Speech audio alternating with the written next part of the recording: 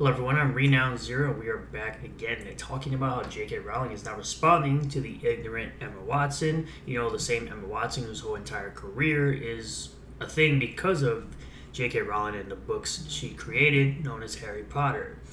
Now, is as gender activist turned on the former Harry Potter star because, of course, it is no longer safe for you to constantly talk crap about the person who's basically made your entire career. Let's get into the article here from that Park Place. The Emma Watson-J.K. Rowling feud just reached a new level. After years of public distance between the Harry Potter creator and the actors who rose to stardom through her work, Rowling has issued her longest, sharpest statement yet, aimed directly at Emma Watson. This comes days after Watson attempted to soften her rhetoric on the woman who made her a temporary Hollywood star. Because there really hasn't been much of anything that she's done ever since Harry Potter has been completed with its eight film run. On X, Rowling published a post spanning several paragraphs dismantling Watson's recent remarks and making it clear she no longer intends to stay quiet. This battle goes back to 2020 when Rowling first drew headlines for her views on sex and gender. At the time, Watson was quick to push back. On Twitter, she wrote that people who identify with a gender that differs from their birth, quote, are who they say they are and deserve to live their lives without being constantly questioned or told they can't be who they are. The problem is, they don't get questioned about who they are, but we do know that they do suffer from mental illness because you are not a different gender from what you were born as. You are the gender you were born as, and that's it. You cannot change your DNA no matter how much you change your appearance, do any type of surgery. You are either male or female, man or woman. There are only two genders. Get over it. And stop trying to groom children with this absolute garbage.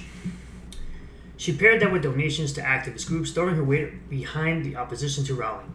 Daniel Radcliffe issued a lengthy essay, Rupert Grint chimed in, and soon the media narrative was clear. The Harry Potter cast had turned on the author who created their world. It's interesting that it's the people that played the villains in her movies are the ones that stood with her, and then there's also the gentleman who played Hagrid, R.I.P. to that man, absolutely awesome human being, absolutely great in the role of Hagrid, are the people that supported J.K. Rowling the most, and people celebrated the guy who played Hagrid, they celebrated his death.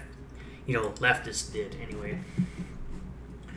The public rupture wasn't confined to social media. At the 2022 BAFTAs, Emma Watson made headlines when she walked on stage and quipped, "I'm here for all the witches." Cameras then caught her mouthing bar one. It was a throwaway line for some, but the symbolism was hard to miss. Watson had chosen one of Britain's most prestigious cultural stages to plant a flag in the Rowling feud, signaling to the industry audience that she was firmly aligned with the activist consensus against the woman who made her a star. And that's what makes the moment so memorable in hindsight. Here was an actress whose career and cultural clout came directly from Rowling's imagination, using a stage built on the prestige of that creation to signal its approval of its author. For Rowling supporters, it wasn't witty, it was biting the hand that fed her, basically. Now with Watson's tone softening in 2025, because, there ain't nothing coming for her, because if she's going to badmouth one person who made her famous, what makes you think she won't end up badmouthing another person that makes her more famous? Because honestly, I don't know anything other than Hermione Granger being the role that she's played. That BAFTA jab stands as a turning point. It's the moment Watson went from merely disagreeing to publicly ridiculing, which makes her current call for, quote, love and treasuring Rowling sound more complicated than it first appears. Fast forward to 2025, and Watson's tone had changed dramatically. Appearing on the Jay Shetty podcast, she spoke about still valuing Rowling despite their disagreements. Sure, bro. Quote, I really don't believe that holding the love and supportive views that I have mean that I can't and don't treasure Joe and the person that I had personal experiences with. I don't think these things are either or. She went on to add, it's my deepest wish that I hope people who don't agree with my opinion will love me, and I hope I can keep loving people who I don't necessarily share the same opinion with. It was a surprising softening after years of sharp public digs, but it wasn't received as a bridge-building moment. Instead, gender activists on platforms like Blue Sky turned on Watson with fury, some even issuing threats of violence, which no one should be getting any sort of threats of violence simply for their opinion on the internet. After Watson's recent softer comments, Rowling took to X to put to bed any hope that she might have some kind of reconciliation with the star. Let's go ahead and pull this Twitter post up so we can read it. I'm seeing quite a bit of comment about this, so I want to make a couple of points. I'm not owed eternal agreement from any actor who once played a character I created. The idea is as ludicrous as me checking with the boss I had when I was 21 for what opinions I should hold these days. Emma Watson and her co-stars have every right to embrace gender identity ideology. I think they're stupid for doing so because it's a stupid ideology that makes absolutely no sense. Such beliefs are legally protected, and I wouldn't want to see any of them threatened with loss of work or violence or passing because of them. And again, you can go ahead and believe whatever you want. I still think it's stupid. However, Emma and Dan in particular have both made it clear over the last few years that they think our former professional association gives them a particular right, nay, obligation to critique me and my views in public. Years after they finished acting in Potter, they continue to assume the role of de facto spokespeople for the world I created. When you've known people since they were 10 years old, it's hard to shake a certain protectiveness. Until quite recently, I hadn't managed to throw off the memory of children who needed to be gently coaxed through their dialogue in a big scary film studio. For the past few years, I've repeatedly declined invitations from journalists to comment on Emma, specifically, most notably on the witch trials of J.K. Rowling. Ironically, I told the producers that I didn't want her to be hounded as the result of anything I said. The television presenter in the attached clip highlights Emma's all witches speech, and in truth, that was a turning point for me, but it had a postscript that hurt far more than the speech itself. Emma asked someone to pass on a handwritten note from her to me, which contained a single sentence: "I'm so sorry for what you're going through. She has my phone number." This was back when the death, rape, and torture threats against me were at their peak, at a time when my personal security measures had to be tightened considerably, and I was constantly worried for my family's safety. Emma had just publicly poured more petrol on the flames, yet thought a one-line expression of concern from her would reassure me of her fundamental sympathy and kindness. Like other people who've never experienced adult life uncushioned by wealth and fame, Emma has so little experience of real life, she's ignorant of how ignorant she is. She'll never need a homeless shelter. She's never going to be placed on a mixed-sex public hospital ward. I'd be astounded if she's been in a high-street changing room since childhood. Her public bathroom is single occupancy and comes with a security man standing guard outside the door. Has she had to strip off in a newly mixed-sex changing room at a council-run swimming pool?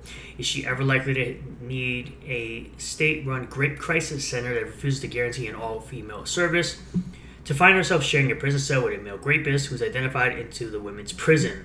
I wasn't a multi-millionaire at 14. I lived in poverty while writing the book that made Emma famous. I therefore understand from my own life experience what the trash in women's rights, in which Emma has so enthusiastically participated, means to women and girls without her privileges.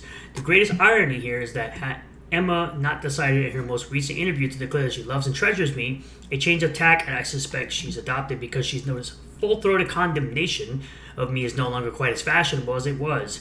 I might never have been this honest.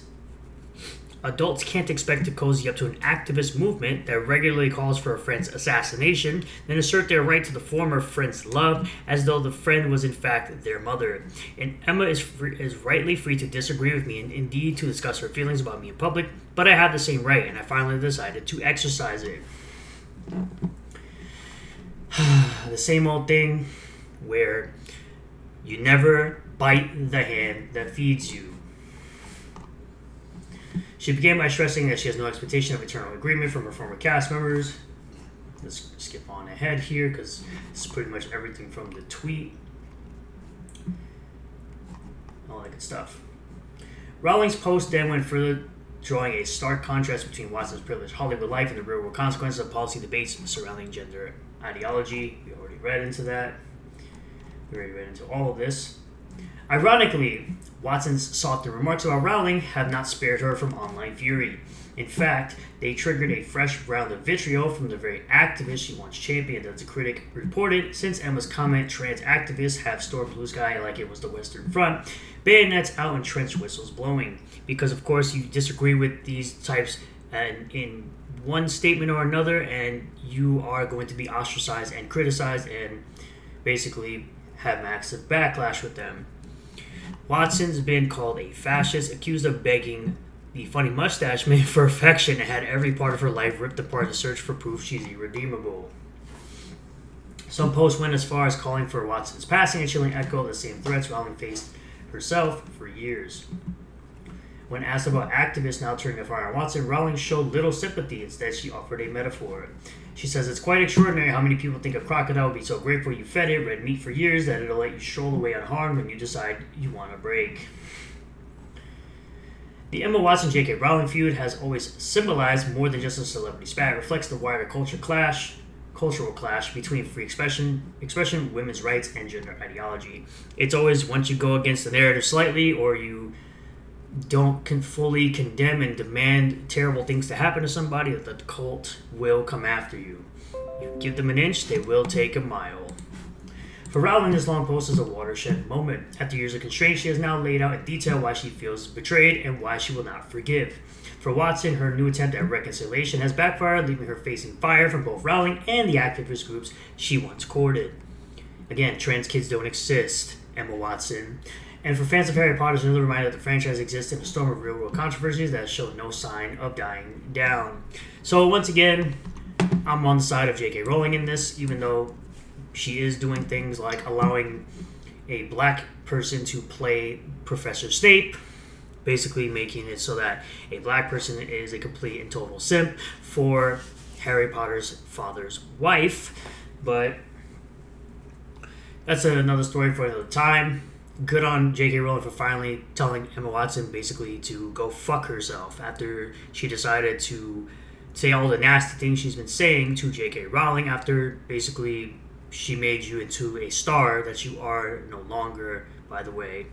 Made you into a star, and now you're no longer a star. You're basically irrelevant, and you're trying to come back into the limelight and say, oh, kumbaya with J.K. Rowling after all the shit talking and shit slinging you've been throwing. So thank you all for checking out this video. Really do appreciate all the new subscribers, returning subscribers, new viewers, and returning viewers. If you do like this video, smash the like button, comment below if you feel about it, subscribe for more content, hit the bell for notifications, set the bell to all. That way you'll get a notification anytime I post a new video or go live on the channel. See you guys in the next one. Peace.